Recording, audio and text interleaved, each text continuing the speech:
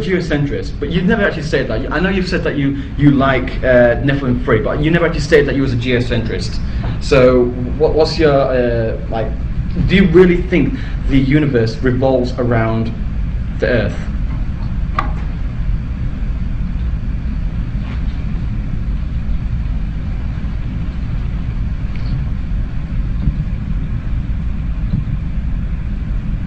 You haven't made up your mind yet, but a lot of scientists accept geocentrism. No, they don't accept geocentrism. That is completely false.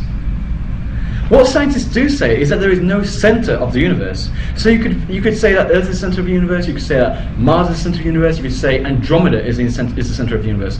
Paul Ruckman, Kent Hovind, they are not scientists. They have not had any degrees. Nephilim Free is not a scientist either. Dude, how can you take these people as authorities? He's not a scientist. Kent Hovind has 15 years. He has 15 years of scientific experience, and he's got a PhD. So it's Dr. Kent Hovind and it's Dr. Paul Ruckman, because they both have PhDs. Dude, so no. Kent Hovind has taught science for over 15 years, so he knows what he's talking about. All right. He's taught science for over 15 years. Where did he teach science? Because we obviously can't find any place that he's actually taught science except for in his own school that he set up. And yeah, with Nephilim Free, he dropped out of school at 16. And Ruckman, oh fuck me, Ruckman. But the point of the matter is that with Kent Hovind, he's lying out of his ass. I honestly can't believe that you accept these people as authorities when they are religiously creationists, and you ignore the thousands, maybe tens of thousands, maybe hundreds of thousands of other scientists which basically say, no, you are wrong. You're taking any little piece of evidence that not even evidence, you're taking any piece of quote-unquote authority that you can find and say, this is true, this is what scientists think. And it's like, no, it's not. There's actually a petition going on at the moment, this petition, and thousands of scientists have signed this petition and have said that evolution is not science.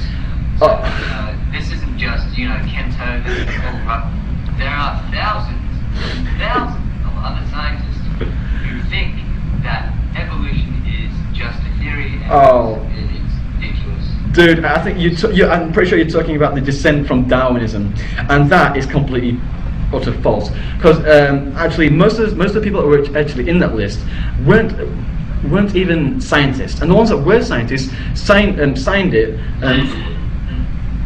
Shit, dude, can you put like?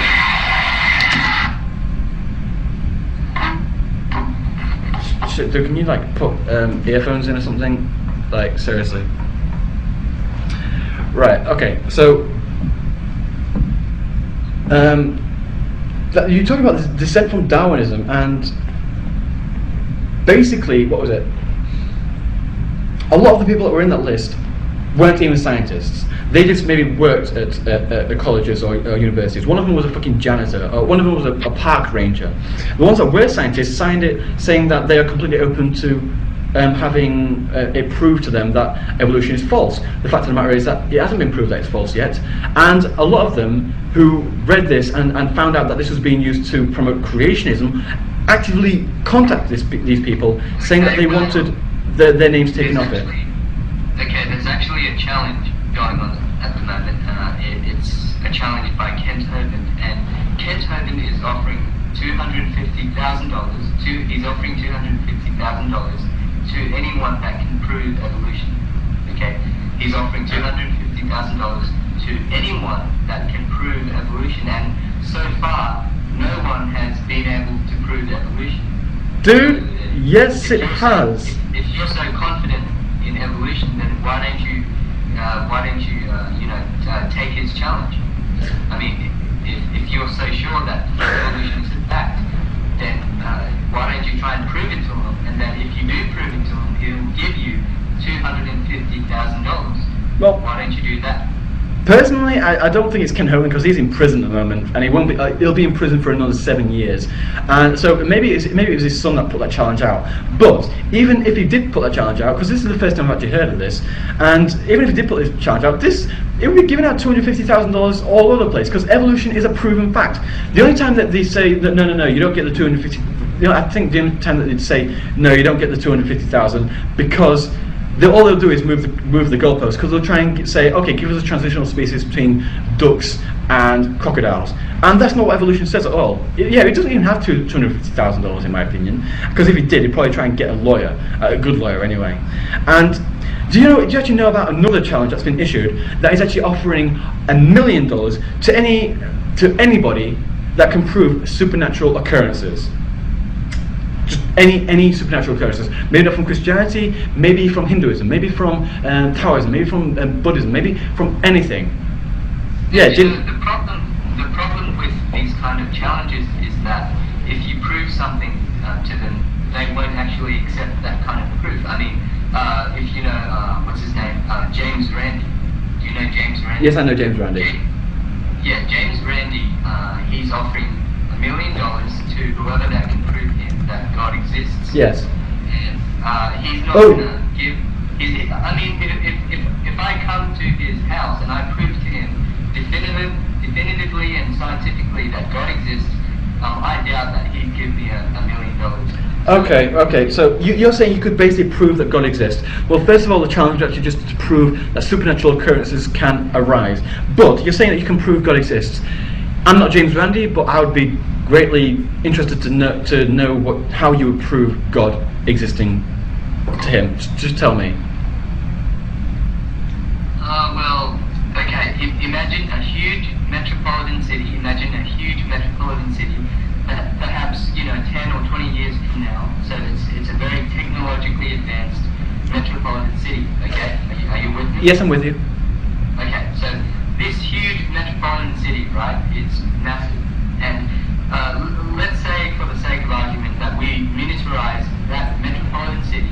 Okay, we miniaturize it trillions and trillions and trillions and hextrillions of times and billions of times until it becomes as small as a living cell.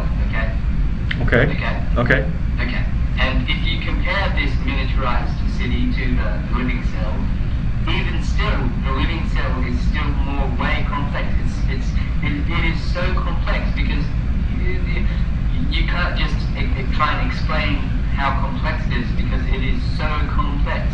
I mean, you wouldn't believe how complex the living cell is. So that's just Okay, how so complex it my response to that. It is. Sorry. Unimaginably complex. So complex. Trust me. If you have a microscope, you can zoom in and you can see how complex it actually is. And trust me, it is very complex. Okay, so see, okay, my answer to this is that is a flat out lie. For the simple reason that a cell is relatively simple in its construction. But even if you wanted to say that the human cell is complex, that actually is an argument against God. For the simple reason that if God was all perfect, he would want to create things simple that work for their function. He wouldn't want to include all this complexity that just doesn't do fuck all. If something was created, it would be simple. Now, if you want to say that this a technologically advanced city is not as complex as a cell, that's just wrong. I'm just going through how a cell is. Right, you've got the nucleus, which is basically just like an egg, not even an egg, just like a yolk of DNA. And DNA, I've already gone through DNA, which is basically just amino acids into ribonucleic acids into deoxyribonucleic acids, which is just it's DNA. And that molds together. And cells produce a membrane. This is actually proven fact. It's scientifically with chemistry as well, that when protein means it has contact with a lipid, then it forms a membrane. This is simple chemistry, okay? And then after that, you get other things that basically this cell membrane allows things that the DNA can use, but doesn't allow it to escape. This is how it works. So there are a lot of other many things that you can put into there, but really they are not as complex.